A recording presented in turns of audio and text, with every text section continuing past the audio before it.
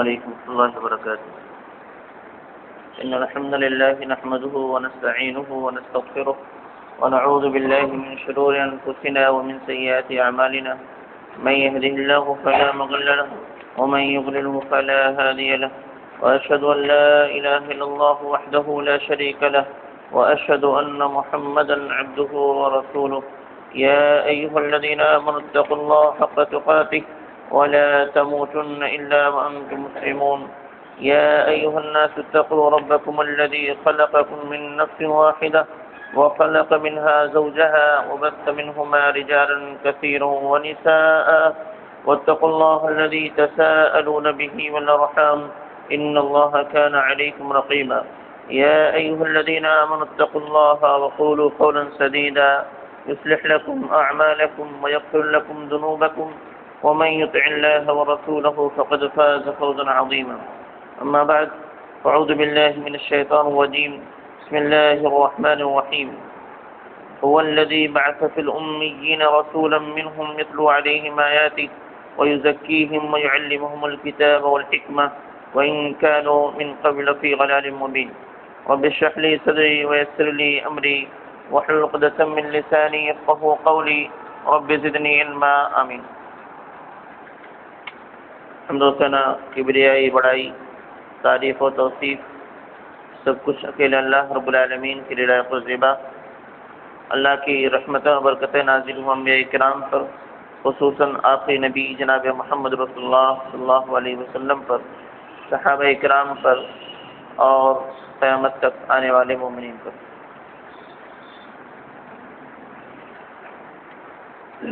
حضرات گرامی، آج کے درس کا عنوان ہے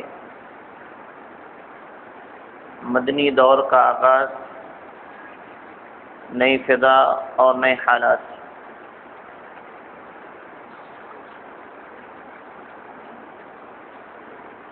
اللہ کا شکر احسان ہے کہ ہم نبی کریم صلی اللہ علیہ وسلم کی سیرت، آپ کے حالات زندگی سنتے اور سناتے ہوئے اس مقام پر پہنچ گئے جہاں پر سیرت اپنے نصف حصے کو پہنچ جاتی. یا نبی کریم صلی اللہ علیہ وسلم کی زندگی کا اور آپ کی نبوت کا وہ حصہ تمام ہو جاتا ہے، ختم ہو جاتا ہے، جسے مکی دور کہا جاتا ہے. آپ صلی اللہ علیہ وسلم نے نبوت ملنے کے بعد مکہ، جو آپ کا اصلی وطن تھا، 13 سال آپ نے وہاں قیام فرمایا، دعوت و تبلیغ کا فریضہ انجام دیا، اور پھر اللہ کے حکم سے اپنا وطن عزیز، اپنا گھر بار، اپنا خاندان و قبیلہ سب کچھ اللہ کے لیے چھوڑ کر کے مدینہ المنورہ چھپتے چھپاتے، بچتے بچاتے 13 سال کے بعد مدینے کی زندگی یا مدنی دور شروع ہوتا ہے. آپ جانتے ہیں کہ اس سے پہلے بچپن میں اپنی والدہ کے ساتھ نبی کریم صلی اللہ علیہ وسلم نے مدینے کا سفر کیا. اس وقت آپ کی عمر محض 6 سال تھی، اور اسی سفر سے واپسی میں آپ کی والدہ کا انتقال ہو گیا۔ اس کے بعد کبھی بھی نبی کریم صلی اللہ علیہ وسلم مدینہ نہیں آئے۔ تو گویا کہ مدینہ آپ کے لیے بالکل نیا تھا۔ وہاں کی آب و ہوا، وہاں کے حالات، وہاں کے لوگ، وہاں کا معاشرہ، وہاں کا رہن سہن بالکل نیا تھا، اور یہی کیفیت ان صحابہ اکرام کے بھی تھی جو آپ کے ساتھ ہجرت کر کے پہنچے تھے۔ اللہ تعالیٰ کے حکم سے اسلام کو سمیٹ کر کے مدینہ پہنچایا گیا، اور یہ حکم ہوا تھا کہ جو جہاں ہے وہیں سے ہجرت کرے، مدینہ پہنچ جائے، مسلمان یکجا ہو جائیں، ایک بستی، ایک علاقے میں اکٹھا ہو جائیں، تاکہ ایک طاقت بن جائے، اسلام کو قوت نصیب ہو جائے۔ تو اس اعتبار سے مدینہ کے اندر مسلمان ایک دم نئے تھے، اور اسلام کے لیے جو ماحول تھا وہ بھی نیا تھا۔ نبی کریم صلی اللہ علیہ وسلم کے سامنے جو لوگ تھے وہ 3 گروہوں میں بٹتے تھے۔ ایک گروہ، ایک جماعت وہ ہیں جو نبی کریم صلی اللہ علیہ وسلم پر ایمان لا چکے تھے، چاہے وہ مکہ کے رہنے والے ہوں اور چاہے مدینہ کے رہنے والے ہوں۔ مسلمانوں کی جماعت، مسلمانوں کا گروہ۔ اور ایک دوسرا گروہ تھا جو مدینہ کے اصلی باشندے تھے، لیکن وہ مشرک تھے، اسلام قبول نہیں کیے، اصلی وہی تھے۔ اور ایک تیسرا گروہ تھا جو یہودیوں کا تھا، اور وہ دوسروں علاقے سے آ کے یہاں بسے ہوئے تھے۔ اکثر و بیشتر کا تعلق روم سے تھا۔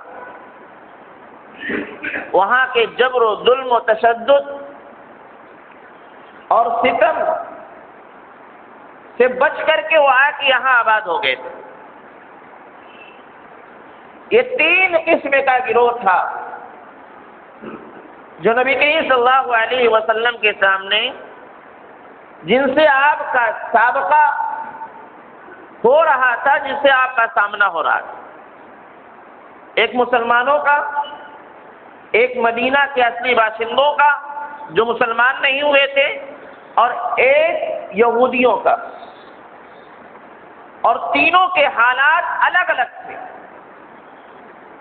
ایسا نہیں تھا کہ ایک ہی معاشرہ میں رہنے کی وجہ سے سب کے حالات مزاج ایک ہوں، تینوں کے الگ الگ تھے، اور نبی کریم صلی اللہ علیہ وسلم کو ان تینوں سے نپٹنا تھا۔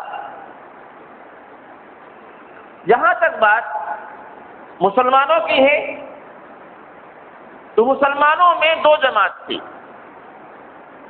ایک مکہ کے اور ایک مدینہ کے۔ مکی مسلمان ہو یا مدنی مسلمان ہو، اب تک جو شریعت نافذ ہوئی تھی، جو قرآن کی آیت آئی تھی، جو اللہ کے نبی کی حدیث آئی تھی، ابھی تک اس میں جو تعلیم ملی تھی وہ صرف یہ تھا کہ اپنی اپنی اصلاح کرتے جاؤ، نماز پڑھو، روزہ رکھو، یہ نماز پڑھو، شرک نہ کرو، توحید اپناؤ، جھوٹ نہ بولو، یہ تمام تعلیمات تھیں۔ یعنی اپنی اپنی اصلاح کرتے جاؤ، معاشرے سے اس کا کوئی تعلق نہیں۔ اب مکہ کے مسلمان مختلف قبیلے کے رہنے والے، جو جہاں تھا وہ اسلام پر عمل کر رہا تھا، اس لیے معاشرہ بن نہ سکا، اور مکہ میں مسلمانوں کو کوئی طاقت و قوت بھی نہ تھی، وہ تو بیچارے چھپے چھپائے پھرتے تھے۔ تو انفرادی اصلاح کہ اپنی اصلاح کرتے جاؤ، اپنا بھلا چاہتے جاؤ۔ لیکن مدینہ میں آنے کے بعد یہاں تھوڑا سا معاملہ بدلے گا۔ یہاں جہاں نماز کی تلقین آئے گی، وہاں یہ بھی سکھلایا جائے گا کہ ایک ساتھ مل کے رہنے کا کیا طریقہ ہے، سیاست کیسی کرنی، تجارت کیسی کرنی، معاشرت کیسی ہونی چاہیے، ان تمام چیزوں کو یہاں پہ سکھلانا تھا۔ اب ایک آدمی خالی اپنا مالک ہو، اپنی اصلاح کرے، اس کے لیے آسان، لیکن اب اگر اس کو پورے معاشرے کو لے کے چلنا ہے، ہر جگہ معاشرے کو دیکھنا ہے، تو اس کے لیے کبھی کبھی پریشانی کا سبب بنتا ہے۔ تو ایک مسلمانوں کی ایک کیفیت تھی کہ ابھی تک جو معاملہ تھا انفرادی معاملہ تھا کہ اپنی اصلاح کرتے چلو، اپنی اصلاح کرتے چلو۔ لیکن مدینہ میں آنے کے بعد ایک صالح معاشرہ کو تشکیل دینا تھا، ایک اچھا معاشرہ بنانا تھا، ایسی سوسائٹی بنانی تھی جس میں ایک دوسرے کے ساتھ مل جل کے رہنے کا سلیقہ آتا ہو، جہاں تجارت اچھے اسلامی اصول پر ہو، دھوکہ دھڑی نہ ہو، سود بیاض نہ ہو۔ تو ایسے معاشرے کو تشکیل دینا تھا۔ تو یہاں مسلمانوں کے لیے ایک نئی چیز تھی۔ اور دوسری بات، انہی مسلمانوں میں ایک جماعت ایسی تھی جو اپنے گھر میں تھی، اس کا اپنا گھر تھا، اپنی جائیداد تھی، اپنا کاروبار تھا، اپنے بیوی بچے تھے، اور ایک جماعت مسلمانوں کی وہ تھی جو مکہ سے لٹتے لٹائے تھے آئی ہوئی، کاروبار چھوڑا، خاندان چھوڑا، جائیداد چھوڑا، صرف اپنا تن لے کر کے آئے، اور بعض صحابہ اکرام سے ان کے بچے بھی چھین لیے گئے۔ تو اب اس اعتبار سے جو مدنی مسلمان تھے، انصاری مسلمان تھے، ان پر ایک بوجھ بنتے جا رہے ہیں۔ اور یہ کوئی مخصوص تعداد نہیں تھی کہ 100 لوگ آئیں گے، 200 لوگ آئیں گے۔ وہاں سے ایک عام حکم تھا کہ جو مسلمان جہاں ہے وہ ہجرت کر کے آ جائے۔ اب روز بروز تعداد بڑھتی جا رہی ہے، اور مدینہ کے لوگ بہت زیادہ طاقتور نہ تھے، بہت زیادہ مالدار نہ تھے، جو تمام لوگوں کا سہارا بنتے، لیکن اس کے باوجود وہ لوگ تن من دھن جس طریقے سے ہو سکتا تھا اپنے آنے والے مسلمان بھائیوں کے لیے سب کچھ قربان کر رہے ہیں۔ کمزور بھی تھے، اس کے باوجود کر رہے تھے۔ اور ستم یہ ہوا کہ کفار سکون سے چین سے بیٹھے نہیں، انہوں نے تمام قبیلوں میں، آس پاس کے علاقوں میں اپنے کارندے چھوڑے، اپنے آدمی چھوڑے، اپنے سفیر چھوڑے، اور ان لوگوں کو اس بات پر راضی کیا کہ مدینہ کے لوگوں کو لین دین بند کیا جائے، تجارت بند کی جائے، اقتصادی پابندی، معاشی پابندی لگا دیا جائے تاکہ بھوکے مر جائیں۔ ایک تو مہاجرین آتے جا رہے ہیں، تعداد بڑھتی جا رہی ہے، اور دوسری طرف کفار کا یہ عالم تھا کہ وہ مسلمانوں کو تنگ کرنا چاہ رہا تھا، ان کی معاشی زندگی کو تنگ کرنا چاہ رہا تھا، ان کے کھانے پینے کو کم کرنا چاہ رہا تھا کہ بھوکے مر جائیں۔ یہ بھی ایک حالت تھی جو نئی تھی، کیسے لوگوں کو سنبھالنا بھی تھا، لیکن اس میں ذرا کام کرنا نبی کریم صلی اللہ علیہ وسلم کے لیے آسان تھا۔ آسانی اس اعتبار سے جو تمام کے تمام مسلمان، چاہے مہاجر ہوں چاہے انصاری ہوں، وہ تمام کے تمام نبی آخر الزمان جناب محمد رسول اللہ صلی اللہ علیہ وسلم کی ہر بات ماننے کو تیار تھے۔ یہی ان کا ایمان تھا، اسی پر وہ ایمان لائے تھے، اور قرآن کریم کی آیت کریمہ ان کے سامنے تھی۔ هو الذي بعث في الأميين رسولا منهم يتلو عليهم آياته ويزكيهم ويعلمهم الكتاب والحكمة، کہ اللہ ہی ہے جس نے امیوں میں، ان پڑھوں میں سے ایک نبی بھیجا بنا کر کے، جس کا کام یتلو علیہم آیاتی، کہ جو اللہ کی آیات پر تلاوت کرتا ہے، وَيُزَكِّيهِمْ، ان کو پاک و صاف کرتا ہے، وَيُعَلِّمُهُمُ الْكِتَابَ وَالْحِکْمَةَ، اور ان کو کتاب و سنت کی بات سکھلاتا ہے۔ تو ایک مسلمانوں کو نبی آخر الزماں کو اپنا معلم ماننے میں، اپنا استاد ماننے میں کوئی تردد نہیں تھا کہ ہر حال میں وہ ماننے کو تیار تھا۔ اس لیے نبی کریم صلی اللہ علیہ وسلم کو اس گروہ میں کام کرنا قدرے آسان تھا کہ یہ گروہ ایسا ہے کہ ہر بات ماننے کو تیار، اور ان کا معاملہ قرآن حکیم میں آیت کریمہ آئی کہ وہ جب ان پر قرآن کی آیت تلاوت کی جاتی زادتہم ایمانا، تو اب ان کا ایمان بڑھ جاتا تھا۔ کوئی بھی بات آئی ماننے کو تیار، ایمان بڑھا یعنی یقین ہو گیا، جب یقین ہے تو مانیں گے کیوں نہیں۔ تو یہ صورتحال تھی۔ ایک طرف انہوں نے نبی کریم صلی اللہ علیہ وسلم کو اپنا معلم، اپنا استاد، اپنا رہبر، اپنا قائد سمجھ لیا، اور دوسری طرف یہ تھا کہ ان کا دل اتنا پختہ ہو چکا تھا ایمان پر کہ جیسے قرآن کریم کی کوئی آیت کریمہ آتی تو اس کو جب بھی پڑھا جاتا تو ان کا ایمان اور بڑھ جاتا، ماننے کو تیار بیٹھے۔ ان دو وجہوں سے اس جماعت کے اندر، یعنی مسلمانوں کی جماعت میں، اس نئے ماحول میں نبی کریم صلی اللہ علیہ وسلم کو کام کرنا آسان تھا، ان کو ایک اچھے معاشرہ تشکیل دینا قدرے آسان تھا۔ ایک دوسری جماعت تھی جو مدینہ کے اصلی باشندے تھے اور ابھی تک وہ اسلام قبول نہیں کیے تھے مدینہ کے رہنے والے، انہیں ہمیشہ سے قدیم باشندے اس کے وہی تھے، لیکن اسلام قبول نہیں کیے تھے۔ انہیں میں سے چند اسلام قبول کرتے ہوئے جن کو انصاری کہا جاتا ہے، لیکن یہ ایسی جماعت تھی جو ابھی تک اسلام قبول نہیں کیے تھے، شرک پر تھے، مشرک تھے، یہ یہودی نہیں تھے، یہ مسلمان نہیں تھے، مشرک تھے۔ اس میں کچھ لوگ ایسے تھے، کون؟ دوسری جماعت کے اندر یعنی مدینہ کے جو اصلی باشندے ہیں، اسلام قبول نہیں کیا، ابھی شرک پر ہے، ان میں کچھ ایسے تھے جو اسلام کے بارے میں تھوڑا سا تذبذب میں تھے، تردد میں تھے، صحیح ہے کہ نہیں۔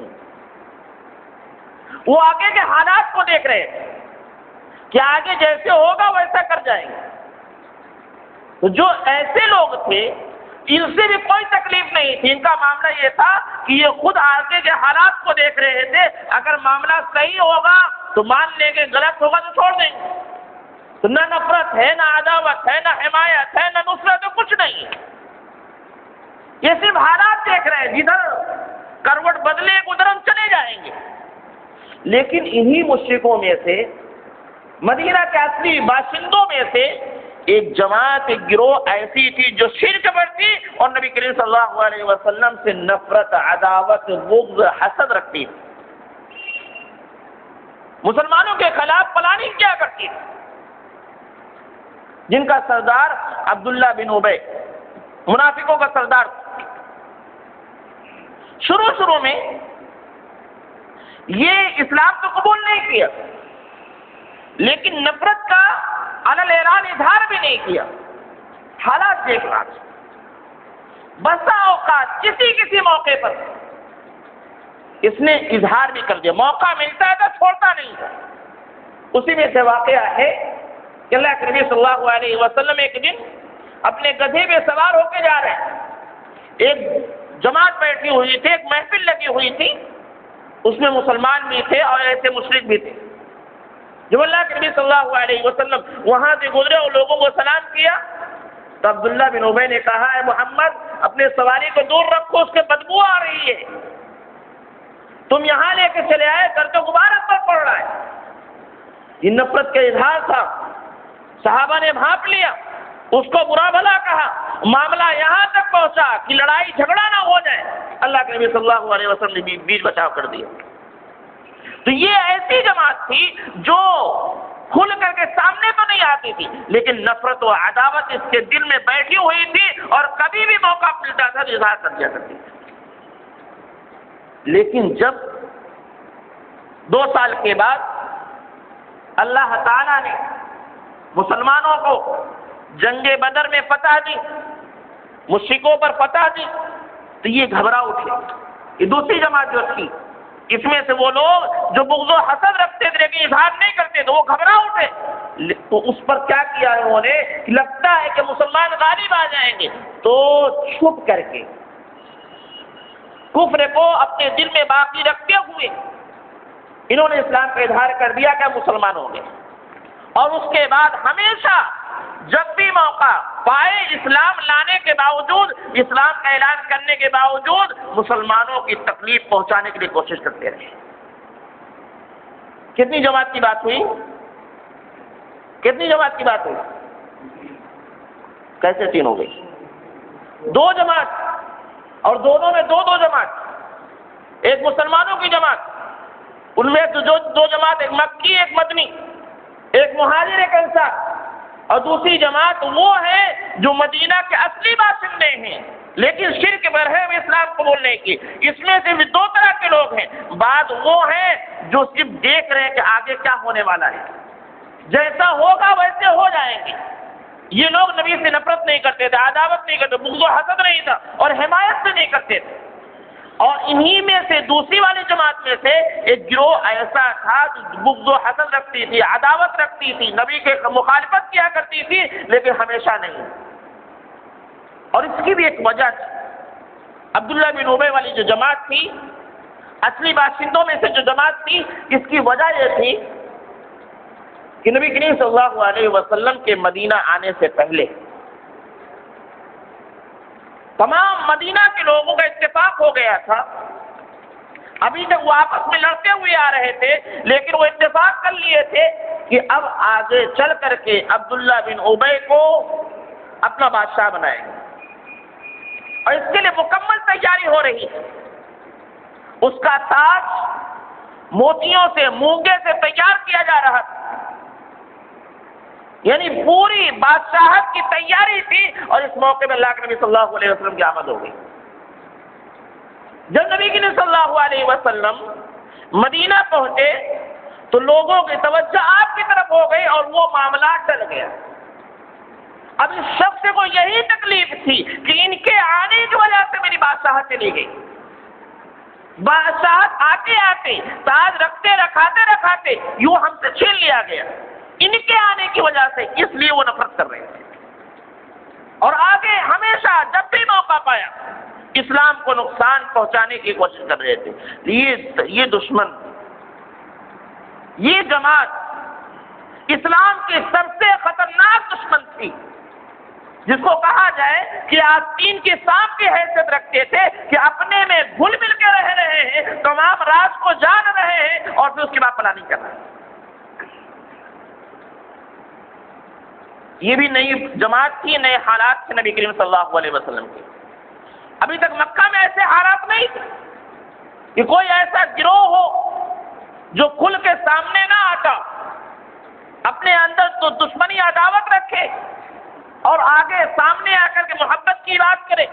مکہ میں ایسے حالات نہیں تھے، وہاں دو ہی قسم کے لوگ تھے، یا تو علی الاعلان حمایتی تھے یا علی الاعلان مخالفین تھے، اور کوئی نہیں تھا۔ لیکن یہاں ایک تیسری جماعت تھی، تیسری جماعت کی وجہ سے نئے حالات پیدا ہو گئے تھے کہ اپنے میں ہو کر کے مخالفت کرنے والے ہیں، اس لیے نبی کریم صلی اللہ علیہ وسلم کو ان سے بھی نپٹنا چاہیے۔ ایک چوتھی جماعت، ایک تیسری جماعت تھی جو یہودیوں کی جماعت تھی۔ یہودی یہ مدینہ کے اصلی باشندے نہیں تھے، بلکہ کچھ روم سے آئے ہوئے تھے، کچھ اور علاقے سے بھگائے ہوئے آئے تھے، ان پر بہت ظلم و ستم ہوا تھا، تو آ کر کے دھیرے دھیرے آ کے یہاں آباد ہو گئے۔ اور اس موقع پر جتنے قبیلے یہودیوں کے تھے وہ 3 قبیلے تھے، ایک بنو قینقاع، دوسرا بنو نذیر، اور تیسرا بنو قریظہ۔ بنو قینقاع، بنو قریظہ، بنو نذیر، یہ 3 قبیلے آباد تھے۔ لیکن یہودی ہونے کی وجہ سے تینوں کے حالات، تینوں کا مزاج، تینوں کا رہن سہن اور تینوں کا اخلاق، تمام تر چیزیں یکساں تھیں۔ یہ لوگ دوسرے علاقے سے آئے تھے لیکن یہاں رہتے رہتے بالکل عرب جیسے ہو گئے تھے۔ ان کی بات چیت، ان کا رہن سہن، ان کا نام، ان کا طور طریقہ، تمام چیز ہو چکا تھا۔ یہاں تک کہ یہ لوگ اپنی بیٹی کی شادیاں ان عرب والوں بھی کیا کرتے تھے، عرب والے ان کی بیٹی سے اور یہ لوگ ان کی بیٹی، آپس میں شادیاں بھی ہو رہی، لیکن اس کے باوجود ان کا معاملہ یہ تھا کہ اپنے آپ کو ان سے بڑا سمجھتے تھے۔ یہودی اپنے آپ کو بڑا سمجھتے تھے، ان کو حقیر جانا کرتے تھے، اور حقیر وجہ کی وجہ سے کہتے تھے یہ لوگ امی ہیں، ان پڑھ ہیں، جاہل ہیں، ایسا ویسا ہے، ان پڑھ ہیں، جاہل ہیں، وہ حقیر ہیں۔ اور یہ بھی کہا کرتے تھے کہ یہ لوگ ایسے ہیں چونکہ شرک پر ہیں، مشرک ہیں، ہم لوگ کتاب و سنت پر ہیں، لہذا ان کے مال کو ہڑپ کر لیا جائے، چھین لیا جائے اور کھا لیا جائے تو جائز۔ قرآن حکیم میں سورہ آل عمران میں تذکرہ ہے، اللہ رب العالمین نے فرمایا کہ ان میں سے بعض ایسے لوگ ہیں جو اہل کتاب میں سے بعض ایسے ہیں کہ اگر آپ ان کے پاس ایک بڑا خزانہ امانت کے طور پر رکھ دیں تو تمام تر امانت وہ تم کو واپس کر دیں گے، لیکن بعض گروہ ایسا ہے کہ اگر ان کے پاس ایک دینار بھی رکھ دیے تو وہ تم کو دینے والے نہیں، یہاں تک کہ تم ان کے سر پر مسلط ہو جاؤ۔ اور کہتے کیا ہے، قالوا لیس علینا فی الامیین سبیل، ان کا کہنا یہ ہے کہ ان امیوں، ان ان پڑھ لوگوں کے سلسلے میں ہم پر کوئی دلیل نہیں، ہم چاہے جیسے کھائیں، جیسے چاہے پیئیں، جیسے چاہے ان کا ہڑپ لے لیں، چونکہ ان کا جرم ہے کہ مشرک ہے، لہذا مشرک کا مال ہڑپنا وہ جائز قرار دیے ہوئے بیٹھے۔ اور اسی وجہ سے تجارت پر قبضہ ان کا تھا، کہتے ہیں یہودی ہر جگہ قابض ہیں، یہ آج سے نہیں ہے، پہلے سے بھی تھا۔ مدینہ میں تجارت پر وہابی تھے، درآمد کرنا ہے، برآمد کرنا ہے، باہر سے مال منگانا ہے یا مدینہ سے سپلائی کرنا ہے، انہی کے ہاتھ میں تھا۔ کھیتی باڑی وہ کیا کرتے تھے، اور یہ لوگ بیچارے ان کو جنگ میں بھڑائے ہوئے تھے۔ یہ سب دسیسہ کاری ان کی، دھوکہ دڑی، فریب، مکاری، فتنہ پروازی ان کا اتنا تھا کہ اوروں کو یہ سکون اور چین سے نہیں بیٹھنے دیتے تھے۔ مدینہ کے جو اصلی باشندے تھے ان کو آپس میں لڑائے رہتے تھے۔ اوس و خزرج کا نام سنا ہوگا، دو قبیلے اوس اور خزرج، یہ دونوں مدینہ کے اصلی باشندے تھے، ان کو ہمیشہ آپس میں لڑائے رہا کرتے تھے، اور آپس میں لڑاتے، سکون سے بیٹھنے نہ دیتے، اور لڑانے کے بعد ان کو قرض بھی دیتے تھے۔ لڑو، ہتھیار کی کمی ہے، ہتھیار ہم دیتے، لیکن ہاں اس کے بدلے میں ہم کو یہ معاوضہ چاہیے، پیسے کبھی پیسہ لو، اتنے سود پہ لو۔ ان کو ضرورت ہے، لڑنا ہے، غیرت مند ہے، اسریت ہے، لڑائی کرنی ہے تو سود پر قرض لے رہے ہیں، اور قرض کی ادائیگی تو ہوگی نہیں تو کیا کریں گے؟ ہماری زمین یہ گروی پہ لے لو، ہمارا یہ باغ اس کو گروی پہ رکھ لو، ہمارا یہ کھیت اس پر گروی پہ رکھ لو، اور دھیرے دھیرے اس پر قابض ہو جاتے ہیں۔ یہ سود خور تھے، قرض دے کر کے لوگوں کو اپنے قبضے میں لیتے تھے، اور اسی طریقے سے لڑائی بھڑکا کر کے، جنگ کے شعلے بھڑکا کر کے ان کو اس طریقے دباتے تھے کہ نہ چاہتے ہوئے ان کو قرض لینا پڑتا تھا، نہ چاہتے ہوئے بھی ان کو اسلحہ خریدنا پڑتا تھا، نہ چاہتے ہوئے بھی جنگ کی تیاری کرنی پڑتی۔ وہی حالات نہیں، وہی حال ہے۔ تجارت پر وہ قابل ہے، قرض دینے میں وہ آگے، اسلحہ بیچنے میں وہ آگے، تو یہ آج سے نہیں ہمیشہ سے ہے۔ مدینہ کے اصلی باشندے یہ لوگ تھے، اوس و خزرج تھے، وہ تو باہر سے آئے ہوئے تھے، لیکن اس کے باوجود دیکھیے کہ ایک دم مکمل قبضہ ہے۔ آج یہی صورتحال ہے، یہودیوں کا کہیں کوئی اپنا وطن نہیں، سب ادھر ادھر سے بھگائے گئے، لیکن دھیرے دھیرے یہ صورتحال ہے کہ تجارت پر وہ ہے، سیاست پر وہ ہے، صحافت پر وہ ہے، سودی لین دین پر وہ ہے، ہر معاملے میں پوری دنیا کو اپنا محتاج بنا رکھتے ہیں۔ یہ قبیلہ یہودیوں کا یہ گروہ مدینہ کی تیسری جماعت نبی کریم صلی اللہ علیہ وسلم کے لیے بالکل نئی تھی۔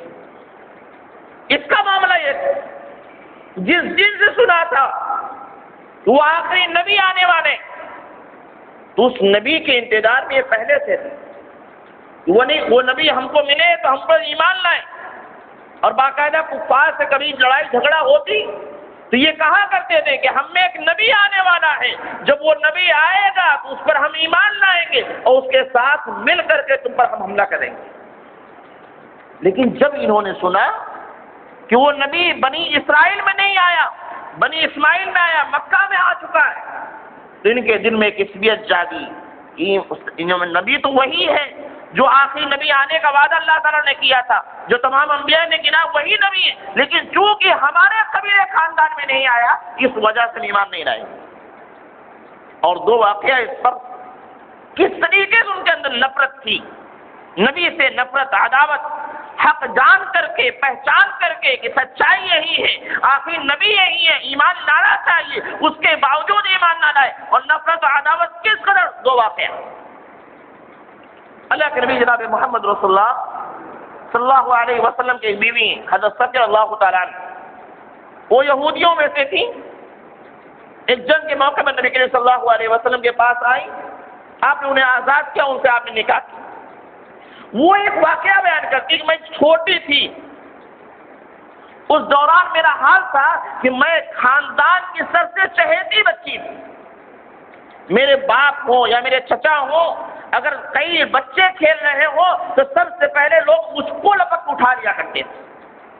تو واقعہ ذکر کرتی ہیں کہ جب نبی کریم صلی اللہ علیہ وسلم مدینہ میں آئے، پہلا دن تھا، سنا انہوں نے کہ نبی آ چکے، تو آج سنا اور کل صبح یہ اور ان کے چچا، ان کے والد اور ان کے چچا، ان کے والد کا نام حوی بن اخطب ہے اور ان کے چچا کا نام ابو یاسر، وہ دونوں صبح صبح گئے، فجر کے بعد گئے، کہاں گئے؟ نبی کریم صلی اللہ علیہ وسلم کے پاس، اور لوٹے تو کب؟ ایک دم جب سورج غروب ہو گیا تب، اور بھاگتے بھاگتے ہوئے آئے، گئے صبح، آئے شام کو۔ کیا کیا انہوں نے؟ نبی کریم صلی اللہ علیہ وسلم کی تمام تر نشانیاں جو ان کی کتابوں میں تھا کہ آخری نبی ایسا ہوگا، ایسا ہوگا، ایسا ہوگا، وہ تمام نشانیاں وہ مشاہدہ کرتے رہے، صبح سے لے کر شام تک یہی ان کا عمل تھا کہ دیکھیں نبی کریم صلی اللہ یا واقعتاً یہ آخری نبی ہے یا نہیں۔ جو نشانیاں انہوں نے اپنی کتابوں میں پڑھی تھی وہ نشانیاں ڈھونڈا کہ ان کے اندر پائی جاتی کہ نہیں۔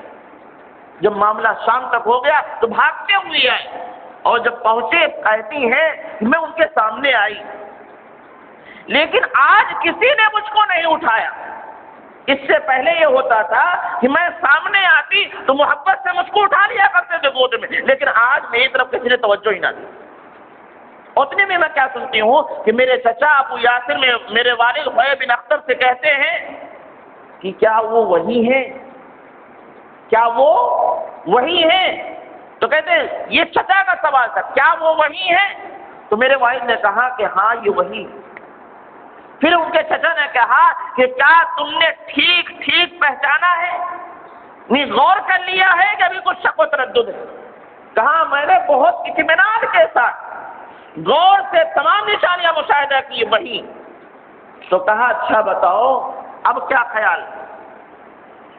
وہ نشانی جو ہم ڈھونڈ رہے تھے وہ تو مل گئی، آخری نبی آ گئے، کرنا کیا چاہیے؟ پہچان لیا، سب کچھ پہچان لیا۔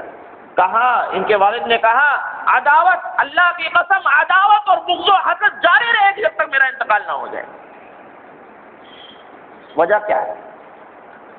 وہ تمام چیزوں پر ان کے اپنے مفاد پر ضربیں پڑ رہی تھی۔ اسلام آیا تھا صلح کرانے کے لیے، اور ان کی تعلیم کیا تھی؟ یہ لڑاتے پھر رہے تھے۔ اسلام قرض دینے کی بات کرتا ہے، سود سے منع کرتا ہے، اور ان کا معاملہ کیا تھا؟ بغیر سود کے قرض دینے کو تیار نہیں۔ اسلام ملا دے گا، جوڑ دے گا، اتحاد آ جائے گا۔ تو مدینہ کے جو اصلی باشندے ہیں جن کو ابھی تک انہوں نے بیوقوف بنایا ہے، جب متحد ہو جائیں گے تو ان سے ایک ایک پائی کا حساب لے گا۔ جو انہوں نے سود جوڑا ہے، قرض دے کر ایسا ایسا کیا ہے، تمام چیزوں کا حساب لگائے واپس دینا پڑ جائے گا۔ تو ذاتی مفاد تھا کہ جاننے کے باوجود حضرت صفیہ فرماتی ہے کہ میرے والد نے کہا کہ عداوت اللہ کی قسم جب تک حیات ہو عداوت یہ دعوت رہے گی۔ جان گئے، پہچان گئے کہ آخری نبی۔ ایک اور واقعہ بخاری کی روایت، عبداللہ بن سلام رضی اللہ تعالیٰ عنہ ایک یہودی عالم تھے۔ پہلا دن جس دن نبی کریم صلی اللہ علیہ وسلم مدینہ آئے، تو مدینہ آنے کے بعد سب سے پہلے دن عبداللہ بن سلام اللہ تعالیٰ ابھی اسلام قبول نہیں کی، یہودیوں کے عالم ہیں، انہوں نے اپنی کتابیں پڑھی تھیں، تو آ کر کے پہلا دن جیسے سنا کہ نبی آئے سیدھا نبی کی خدمت میں پہنچے اور چند سوالات کے نبی سے۔ اور جو جو نشانیاں تھیں انہوں نے اپنے کتاب میں پڑھا تو وہ تمام مشاہدہ کیا. اللہ کے نبی صلی اللہ علیہ وسلم نے جواب دیا. جواب دینے کے بعد جب جواب سنا انہوں نے تو وہی اسلام پر پہلا دن تھا، ابھی ایک دن بھی نہیں گزرا، پہلا دن تھا. نبی کریم صلی اللہ علیہ وسلم خدمت میں یہودی عالم سوال کرتے ہیں، جواب ملتا ہے اسلام قبول کرتے. تو عبداللہ بن سلام اللہ تعالیٰ نے اسلام قبول کرنے کے بعد فرمایا اللہ کے نبی، یہودی بہت سازشی قوم، بہت دھوکے باز قوم، اگر وہ جان جائے گا میرے اسلام قبول کرنے کے بارے میں تو مجھے وہ جھٹلائیں گے، میرے بارے میں برا بھلا کہیں گے. لیکن آپ ایک کام کریں کہ قبل اس کے کہ میرے اسلام کا اعلان ہو، لوگ جانیں کہ میں مسلمان ہو گیا، اس سے پہلے ان کو بلا کر کے میرے متعلق چند سوالات کریں. چنانچہ اللہ کے نبی صلی اللہ علیہ وسلم نے یہودیوں کو بلوایا اور سوال کیا کہ تم میں عبداللہ بن سلام نامی شخص کیسا ہے، اس کی کیا حیثیت ہے؟ تو انہوں نے کہا کہ وہ ایک عالم ہے، عالم کا بیٹا ہے، وہ ہمارے سردار ہیں اور ایک سردار کا بیٹا ہے، وہ ہم میں سے افضل شخص ہے، افضل شخص کے بیٹے. بات کیجیے گا، یعنی وہ خود اچھے نہیں ہیں بلکہ ان کی نسل بھی اچھی، وہ خود عالم نہیں بلکہ ان کے نسل میں بھی عالمیت چل رہی ہے.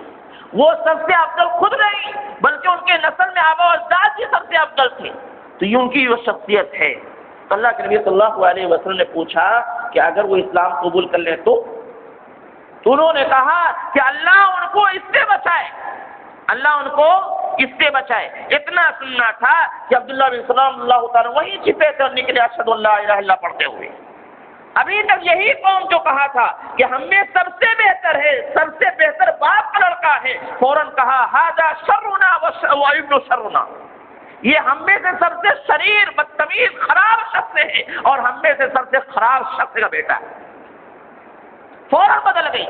اور اس کے بعد عبداللہ بن سلام اللہ تعالیٰ نے فرمایا کہ اے یہودیوں کی جمع، یا معاشر الیہود، اور یہودیوں کی جمع، اتقوا اللہ، اللہ سے ڈرو، اور اللہ کی قسم، اس ذات کی قسم جس کے علاوہ کوئی معبود نہیں، تم جانتے ہو کہ یہی آخری نبی ہے، یہ حق کے ساتھ مبعوث ہوئے ہیں، لہذا ان پر ان کی بات مانو اور اسلام قبول کرو. اور قرآن کریم کی آیت کریمہ اللہ رب العالمین نے فرمایا الذین آتیناہم الکتاب یعرفونہ کما یعرفون ابناءہم، کہ جن لوگوں کو کتاب دی گئی یعنی اہل کتاب کو، یہ آپ کو ویسے ہی پہچانتے ہیں جیسے کہ کوئی شخص اپنے بیٹے کو پہچانے.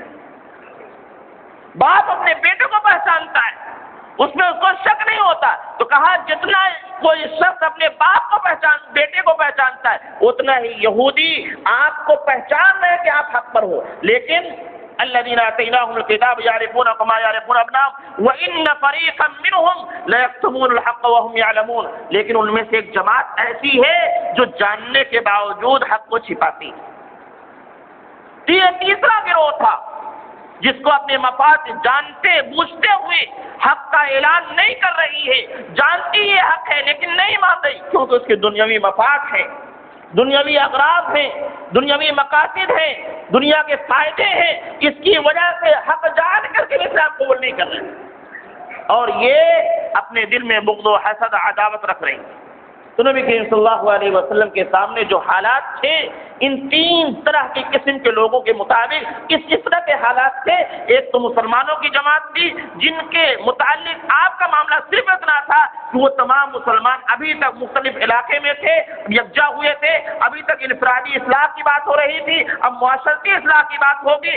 اس اعتبار سے وہ ایک جماعت کا نیا ماحول ضرور تھا لیکن اس میں کام کرنا قدرے آسان تھا. دوسری جماعت وہ مدینہ کے اصلی باشندے تھے، اس میں سے کچھ لوگ ابھی راستہ دیکھ رہے تھے، حالات دیکھ رہے تھے، کس کروٹ اٹھ بیٹھتا ہے اسی جانب ہم چلے جائیں گے. اور کچھ لوگ ایسے تھے جن کے اپنے مفاد کی بنیاد پر نبی کریم صلی اللہ علیہ وسلم کی وہ مخالفت اپنے دل میں چھپائے بیٹھے ہوئے تھے. اور تیسری جماعت یہودیوں کی تھی جو اس طریقے تھی، سب سے زیادہ فتنہ پرور تھی اور اس سے سابقہ بڑھ رہا تھا. ان حالات میں نبی کریم صلی اللہ علیہ وسلم کو آگے کا کام کرنا تھا، اسلام کا کام کرنا تھا، اسلامی معاشرے کو تشکیل دینا تھا، اسلامی حکومت کو قائم کرنا تھا، وہیں سے اسلام کو عام کرنا تھا، دوسروں تک پہنچانا تھا. اس طریقے سے اسلام کے پیغام کو دوسرے تک، پوری دنیا تک روشن کرنا تھا. ان حالات میں رہ کر کے آگے کی جو بھی گفتگو ہوگی جو بھی باتیں آئیں گی وہ تمام اسی پس منظر میں آئیں گی.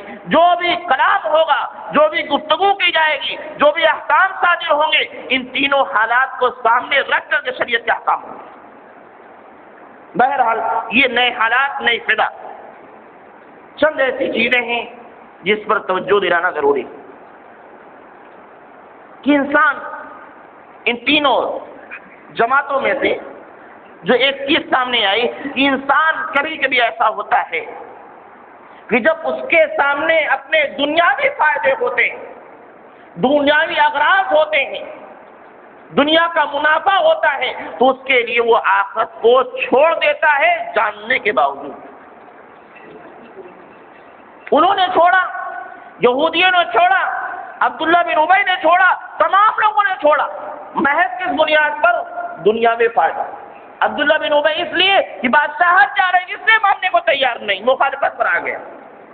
اور یہودیوں نے اس لیے چھوڑا، ان کی تجارت، ان کا جو ابھی تک چل رہا تھا سب چوپٹ ہو رہا تھا، جاننے بوجھنے کے باوجود بس اس لیے چھوڑ دیا کہ ہمارے قبیلے میں نبی نہیں ہوا، دوسرے قبیلے میں چلا گیا. دنیاوی مفاد ہوتے ہوئے حق کو جاننے کے باوجود وہ چھوڑ دیتا ہے. آج یہی صورتحال بہت سارے لوگوں میں. لوگ حق جانتے، وہ جانتے ہیں کہ کون سا اسلام صحیح ہے، یا دنیا کے لوگ جانتے ہیں کون سا مذہب صحیح ہے، کون سا مسلک صحیح ہے، کتاب و سنت کی دعوت کون سی صحیح ہے، جانتے ہیں، لیکن کچھ دنیاوی چیزیں ہیں، دنیاوی رکاوٹیں، دنیاوی مقاصد ہیں، ان سے لین دین ہے. اگر ایسا ہوگا تو ویسا ہو جائے گا.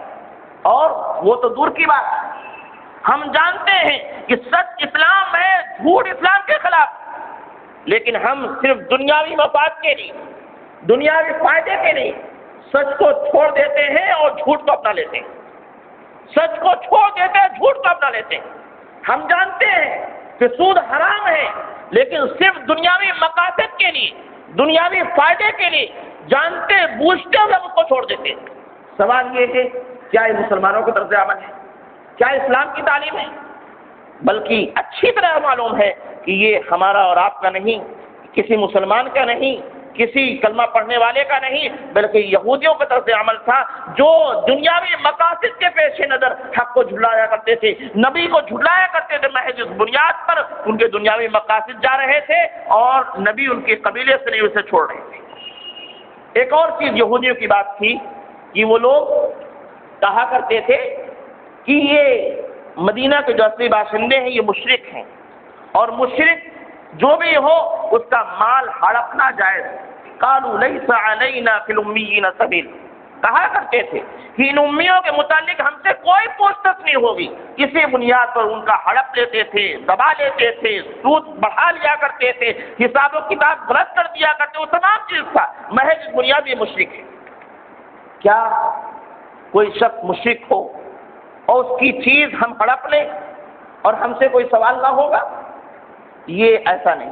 شریعت میں ہر انسان کا جو بھی حق ہے، چاہے مسلم ہو یا غیر مسلم ہو، اس کا حق دلایا جائے گا. بہت سارے بھائی سوال کرتے ہیں کہ قیامت کے دن اللہ تعالیٰ نے فرمایا ہے کہ اگر کسی نے قرض لیا تو اس کو وہاں دلایا جائے گا جس مقروض جو ہے دے گا اس کو جس سے قرض لیا، یہاں نہ دے، چاہے جتنا دبا لے، انکار کر دے، لیکن وہاں دینا پڑے گا. تو کہتے ہیں کہ کیا غیر مسلموں کا ہم نے لے رکھا ہے تو ان کو بھی دینا پڑے گا؟ غیر مسلم ہیں، تانبا کاٹا والے ہیں، ان کا دبائے ہیں، پنا الٹوائے ہیں، تو کیا ان کا بھی دینا پڑے گا؟ ہاں ان کا بھی دینا پڑے گا. تو کہتے ہیں ان کے کوئی کام تو آئے گا نہیں. ان کے کیا ہے، اس دن کوئی دولت لے کے تو نہیں جائے گا، 1000 2000 لے کے نہیں جائے گا، کروڑ نہیں لے کے جائے گا، وہاں نیکی ہوگی. اگر کوئی کسی کا لیا ہے تو نیکی اٹھا کے اس کو دے دی جائے گی، پھر بھی بچا تو اس کے برائی اٹھا کے اس پر لاد دی جائے گی، یہی ہوگا. تو کہا اگر نیکی ان کی بن بھی جائے تو ان کا فائدہ کیا ہوگا؟ وہ تو مشرک ہے. تو یہ یاد رکھے، مشرک جنت میں نہیں جائے گا، لیکن یہ بھی یاد رکھے کوئی ظالم بھی جنت میں نہیں جائے گا. کوئی ظالم جنت میں نہیں جائے گا.